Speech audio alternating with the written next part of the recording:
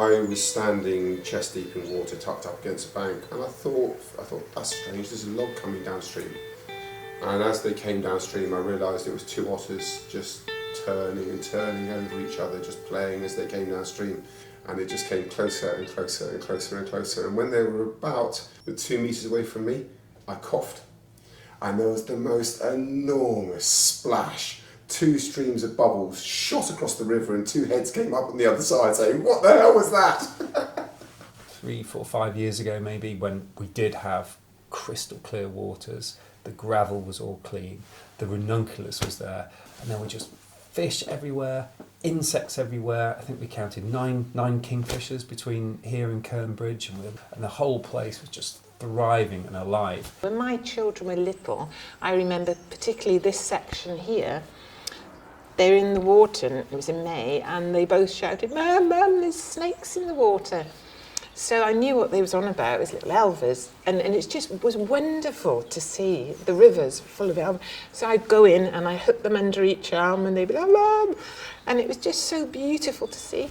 You don't see that anymore. It's just so sad to see the changes. You know, we used to paddle up on a summer evening, and there's a couple of evenings in May when the mayflies are coming out, and we would come back from our paddle covered in insects, but you see them dancing over the water surface, and then you see the birds swooping in, and you glance over the side of the boat and you can see the bottom of the river, and you can see the stones, and you can see fish, but you can't see that anymore. It's blanketed in weed, or the river's murky, it turns bright green in places, it smells. It's really not very, very nice.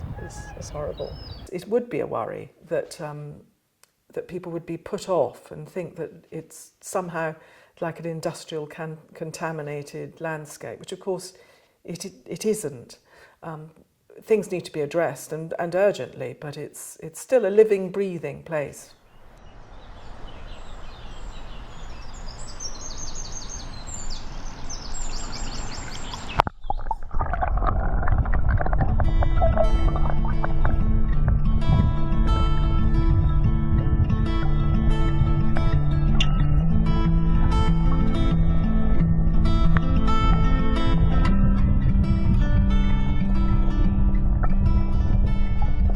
Water is life. You spent the first 9 months of your life in your mum's tummy, and all you would have heard was like water around you, and to go below that surface and to watch what's going on down below is just, it makes me feel totally complete. We all need a little bit of wilderness in our lives, and it's quite a difficult thing to find now, but in some respects we have a little bit of wilderness in our waterways, if we're lucky. I think it's what the maybe the Buddhists try and get towards, this nirvana, where your brain isn't talking at you the whole time, it's just clearing your mind. And it doesn't matter who you are, I think everybody still needs this, and we don't realise it. It's a different world when you go out there. You know, you're sort of left to yourself. There's none of the hustle bustle of the 21st century. Instead of paying for all this counselling and all the rest of it, perhaps they ought to go out there for a couple of hours and sort of refresh themselves. For me, it's like I wake up, that's horrible, but as soon as you get in the car, it's just sort of fresh mindset, drive down, get here, get on the rowing machines, then get on the water. There's a new sense of life in the morning that nowhere else really seems to have. You have like the mist coming down around you, or you just have a nice morning on the water. You kind of remember why you're there, why you like it. All I'm thinking about is, how can I make myself better? What do I need to do? And sometimes, occasionally in summer, just enjoying the river. We're both students, we're both in year 13 with our A-levels, and having that experience away from your daily stress. I know a lot of people we row with feel the same. It's just very beneficial. It's a place where I'm happiest. It doesn't matter whether I've seen a yellowhammer darting up through a hedgerow, or a good crop, a really good crop that's grown well, but often with very little input. So in actual fact, it hasn't cost me a fortune to grow it. Or it could be the river, just doing what the river does in all its splendour. The sand martins darting around all over the river, coming over my farm in particular to pick off the insects because we haven't used all these insecticides. So, you know, there's the forage, the sound of the cuckoo in May, or the dragonflies, the hawthorn in flower, in blossom. You know, it's just amazing, isn't it? There's something about nature, just sat in lush nature and just seeing the world around just alive and thriving. I'm sure that taps into something, probably a survival thing. If everything's happy, if nature's around you is thriving, that was probably a good place for humans to thrive as well. Sometimes you're fishing there and you're thinking, right, I'm doing it wrong. The fish aren't here.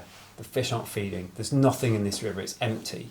Your rods are just sat sort of dead and stationary. And then you get that, especially with barbel fishing, you get that bite where the fish just starts to tear off, the rod bends in half, and suddenly you're connected to not just nature, but you physically, it's like embodied nature. You feel the power, the force of nature on the end of your rod. And I think that for me, it's that initial bite, that going from nothing to everything in that 1 second is the bit I really enjoy. Another part of the enjoyment is just watching him just go back and starting to think, wonder what his day's going to be like now as he swims off. When I'm completely underwater and I'm going along, maybe when the salmon come up to spawn, and I know the salmon pools and where they rest, and I go in there and I can smell, I can taste them before I get close into them.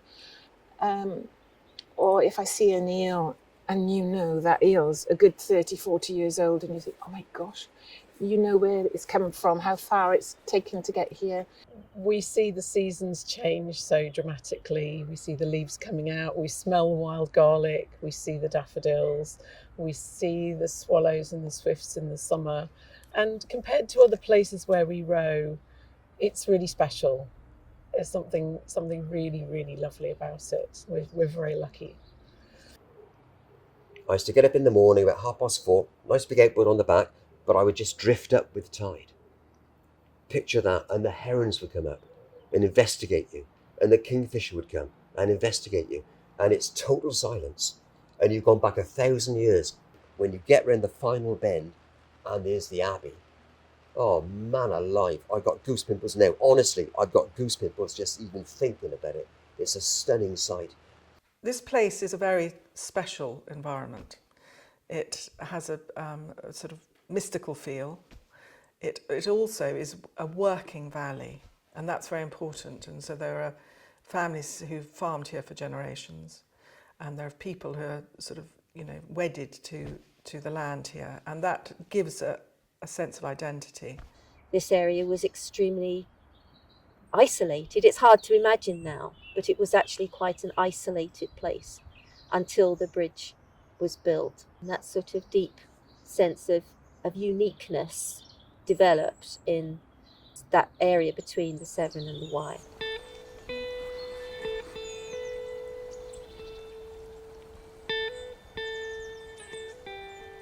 Whenever you're born at a certain level of this is what your environment is like. The generation before you would have seen a different environment, and generation before that would have seen a different environment. So when we're all born, we think, oh, this is the environment, that's how it always was. And so I've watched it get worse. It's difficult to see how things evolve when you're living in it, because you're there experiencing it from day to day, rather than if I'd seen this place maybe 10 years ago and then came back 10 years later, I might see a significant difference. Having known it as a child in a very, very different condition, but also when we first moved here in 2018, even a shorter period ago as then, the deterioration is tragic. As kids, we used to go down onto the river in March, this time of the year, because it's when the elvers come back into the river, baby eels, and we'd get a biscuit tin and knock holes in the biscuit tin with a screwdriver or something and scoop into the water and come out with a tin full of elvers. And the mothers would then press them, right, cube them, and they're gorgeous with a bit of bacon and a bit of egg. Now, I don't know what your eating habits are, mine aren't particularly great, but elvers were just lovely and they were free. There aren't any anymore.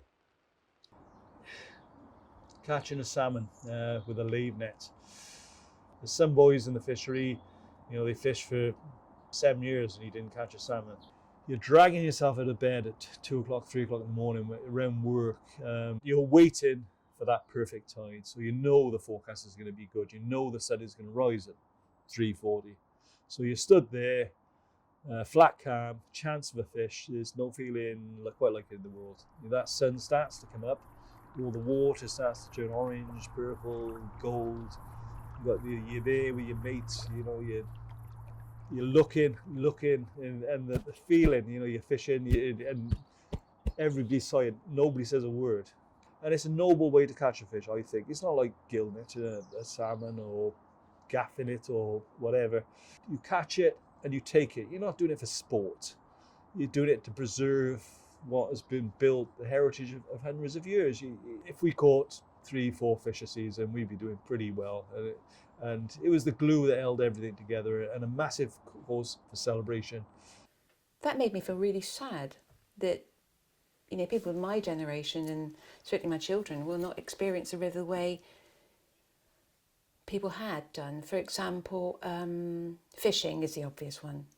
Fishing. The thought that you could go fishing here and guarantee a haul of salmon as long as me.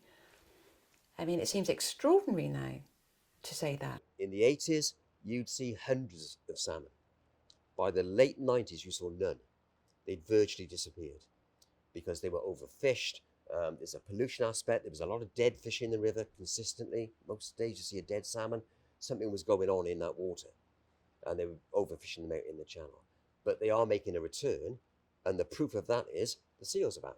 So it was a very exclusive river. It was famed locally in the community for the size of the salmon. And I'd say when I first came here, and for that first sort of 10, 15 years, it was everything that was talked about was salmon. Nobody had any interest in the fish that I was fishing for. There was the Wye Valley Walk, but you rarely saw people. There were very few canoes on the river. And the river was a really quiet place and a very exclusive place, rightly or wrongly. How it's changed is it's gone from a very private, exclusive salmon fishery, arguably out of reach, to now it's very within reach for everybody. But along with that, the river has become much more popular with other users as well. I probably have seen the area develop, not in a massive way, but in a gradual way, with perhaps more and more people coming to the area. Paddle sports being more widely available with the introduction of SUPs, stand-up paddle boards, which makes the river more accessible for them. So yeah, perhaps there's more people trying to get out and trying something new with paddle sports. Sometimes some people recently have become unwell after being in a river. They've fallen off their paddleboard, or I remember not long back, 4 teenage girls loved paddleboarding, and one of them fell in and ingested and ended up in hospital. So it put the other 3 off. Well, that's not really right, is it, at all? There'll just be a little sort of thing from a parent going, well, be careful, make sure there's no open cuts, make sure you don't drink the water, because it's gone from just being, it's just a bit of river water, to, well, no, there's actually some quite harmful chemicals and substances in this water. I wouldn't swim in it, whereas I would have done maybe 5, 6, 7 years ago. And if I had children now, I certainly wouldn't put them in the river, take them to the river, It was a shame, because there's something enormously beneficial taking a dip in water. There really is, but I wouldn't do it now. When you look at the river, as some people do, they think it looks okay. But whereas what's going on underneath is a different story, isn't it? So it all looks picture perfect, but actually if you dig down, it isn't. And I think people generally don't have an understanding of that.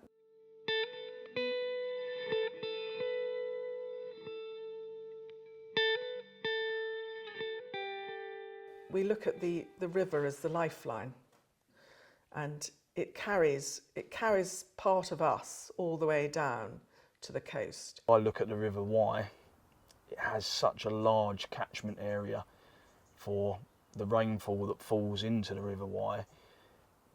Anything any initiative that involves the River Wye has got to be reached out to all the people that are living upstream from here, whether it's Glaisbury, whether it's mid-Wales, because at the end of the day, all of those people are affecting the ecology of the River Wye, so they need to be involved. What we have noticed is that there is a lot of soil comes rushing down from, you know, from the land, and it has definitely got worse. So when you get a lot of rain, the river runs red, and that's, you know, it's not a good sign at all. It's very difficult to counter that. We do have sheep, so in lots of ways we are part of the problem. We have hill rights which we don't use because we don't want to overpopulate the land. You know, we're conscious of too many sheep on the hill has an effect, and which goes right down to the river, because everything that comes from the land goes into the river. From a paddler's point of view, and from a business owner's point of view, if we see the river when it's quite a reddy colour, we're perhaps giving the advice to our customers they don't really want to be in that river at that time because of the fertilisers. In Monmouthshire, people are seeing the impacts of climate change locally too. You know, perhaps, you know, years ago it was seen as something a bit distant and only affecting, you know, people in Bangladesh and countries like that. But even in Monmouthshire, we're seeing, you know, flooding, significant flooding, you know, last year's heat wave, and people can see that the climate is changing. We're having more extreme weather, and I think that, you know, motivates people to do things differently. We used to get 5 metre floods going down the Wye once every 10 years. We now get them once every 8 months. Farming river plain, it means that you're forever worried about flooding and crops and that sort of thing. But I also think that historically, of course, if you leave your soil bare during the winter and you get a flood, then the floodwaters will wash some of your soil away. On the flip side of that, using cover crops and that sort of thing that we do now down by the river, they act as like a net and catch soil and catch nutrients. So in actual fact, I can catch other people's soil or go fishing for soil. So in actual fact, that's a good thing. I can build fertility and build my soils. And just accept the fact that the reason we have such beautiful soil down there, these extremely deep silts, is because of the river. We used to see the river carpeted with a ranunculus. It's a very pretty plant. It has little white flowers. It floats on the water surface, and it creates a wonderful habitat for lots of invertebrates and lots of fish.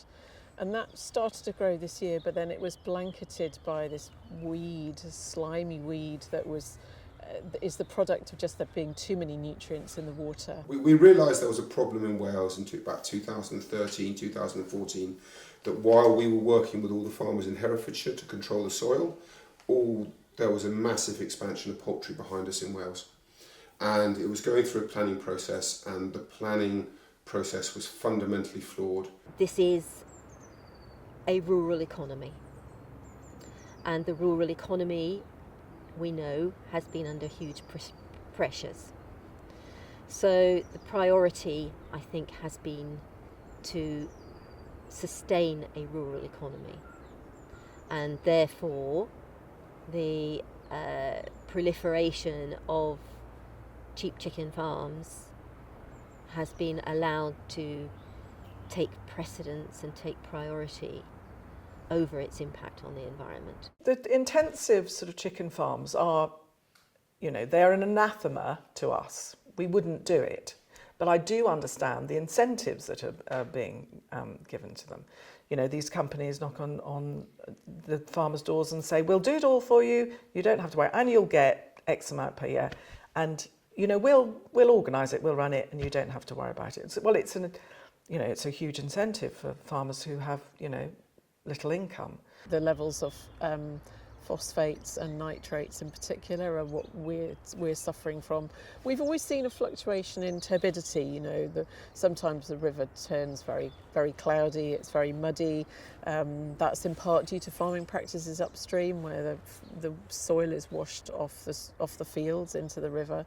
But the pollutants that you can't see are the most damaging ones at the moment. Those are the ones that are giving us the problem, and it comes largely from agriculture, but it does come from uncontrolled release of sewage, untreated or partially treated sewage effluents. What I'm seeing now more and more and more is all the sanitary wear and all the stuff out there. You would not believe it. After the rain, what is happening is the sewage companies are releasing it into the rivers, the sewage, and you would not believe there's absolutely tens of thousands of, I call them panty pads, that sort of stuff. It's everywhere out there after rain. You go to the mouth of the Usk, and it smells like an open sewer. You can get there at low tide. We sometimes go there, and it's absolutely disgusting.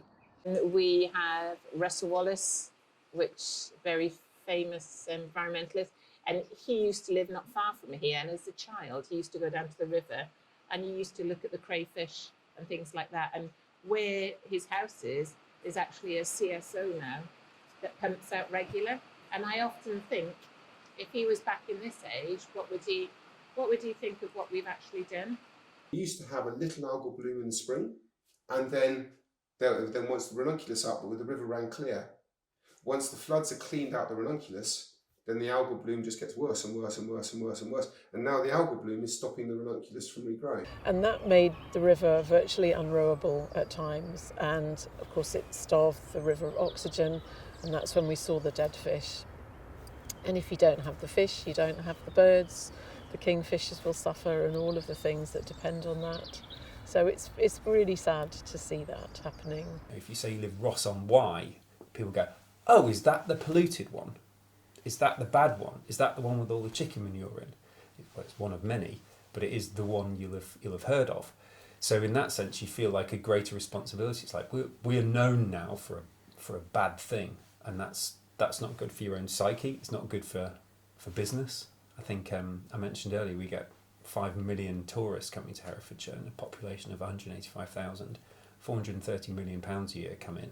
And if we're now known as the county with the sewage-filled, phosphorus, chicken-polluted river, you can bet your life those numbers are only going one way. It hurts to see the river being treated as a sewer.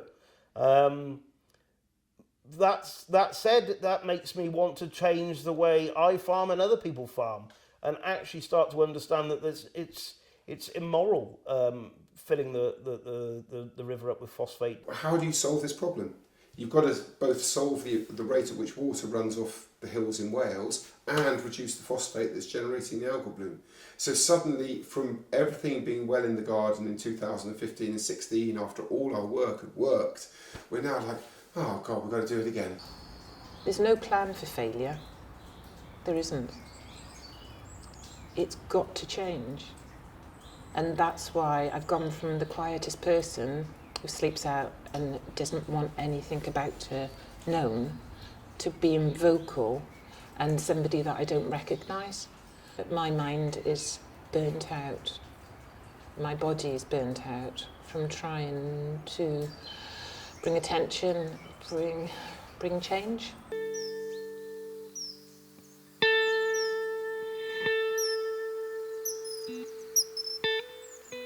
The whole problem was running away from us. And then the river went green and we went nuclear. We called it out. We basically went to the press. But in doing that, what we did was we raised massive national awareness over the problems of the river. The campaign went viral. We had 80,000 letters going to NRW. We had 75,000 letters going to Welsh Government and to Powys Council. They had to appoint staff to manage the amount of letters. Since then, of course, the campaign has gathered a pace immensely. But what we've been able to do as the Citizen Science Project all along the stretch of the river is to provide the evidence base, which I think is really, really important. There are wider community meetings as well, which we go along to, we attend, we look at what's happening online, and we contribute, wherever we can. I think the more voices, the better, and hopefully we're starting to be heard.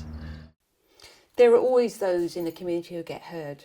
They're probably confident, they are used to being heard. But of course there are those in the community who are probably invisible or are so trying to keep a roof over their head and food on the table. Frankly, the environment of the river is the last thing on their mind. And whether anyone asks them what they think either. I don't know, this is the state of the world, isn't it? The state of politics, states of democracy. You know, some get heard, some don't.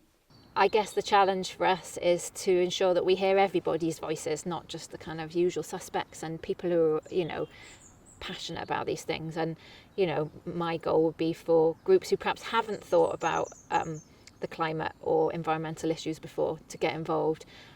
So identifying different ways to reach different people is always a challenge, but something that we're up for. So as climate ambassadors, we get to go to a fair number of environmental events, which is what we did last year. And we came across the Friends of the Lower Wye, I don't think it was CPRE, but various different organisations who are all campaigning to save the Wye because of the shocking state that it's getting into. And we were talking to them and they were telling us in depth about what was going on, how many people knew about it, how councillors and all the rest of it did know what was happening, but nobody seemed to be doing anything about it, which is really frustrating when you hear something like that, because you just want to push people into action. You can, if you want, just close your curtains and be private, be anonymous like you would be in a big city. But it's of a size where you really can get involved if you want to. All you can do, I think, personally, is do your very level best. And to do your very level best, you need to have information. You need to know what you can do. And I always feel that, you know, farmers feel very defensive because they're, you know, often touted as the bad boys. But actually, we need to incentivise, encourage and help. It's about talking to the people alongside the river, though, isn't it? Any of the rivers, a lug or the Wye. Rather than telling people, it's talking to people. Well, have you possibly tried this, or have you possibly tried that? I think one of our biggest issues is lack of action from our governing bodies, down to the Welsh Government as well as into the UK. I feel that we've been let down at the top through, you know, with politics. Politicians are all out for themselves. They got no connection with the land, with the people anymore. The issues are laid out before us. We know what the issues are, and you know, you can have reams and reams of text and all these fancy words and all the rest of it. It's black and white. It's just a case of having the fortitude, perhaps the legal power and prowess, and the willingness to go in and cost businesses money to ensure that there's a clean river. Definitely, I think people in Monmouthshire have got a loud voice and they're keen to use it, whether that's lobbying us as a county council to step up and do what we need to do, but also Natural Resources Wales and Welsh Water, you know, landowners, definitely. I would say locally, there are more people, young farmers coming on who are doing regenerative farming, and I can see that growing afoot. It's hopeful, but we need to act positively now to enable that to happen. The fact that we've gone from an issue that nobody really knew about and it not being a problem, like you mentioned earlier, to it being on the BBC or ITV, such big media platforms, it's like, oh, so people are listening, so maybe there is something the local people have to do when they speak up, and there may be a small feeling of hope. I can't ever imagine it like it was when I was a kid, of gin clear with waving ranunculus and dragonflies and that white flower that sort of goes bank to bank. But it's perfectly possible. It's a big river, it's a mighty river, it's an amazing river, and I know she has a character and a soul of her own, and she'll fight back as hard as she can, I'm sure.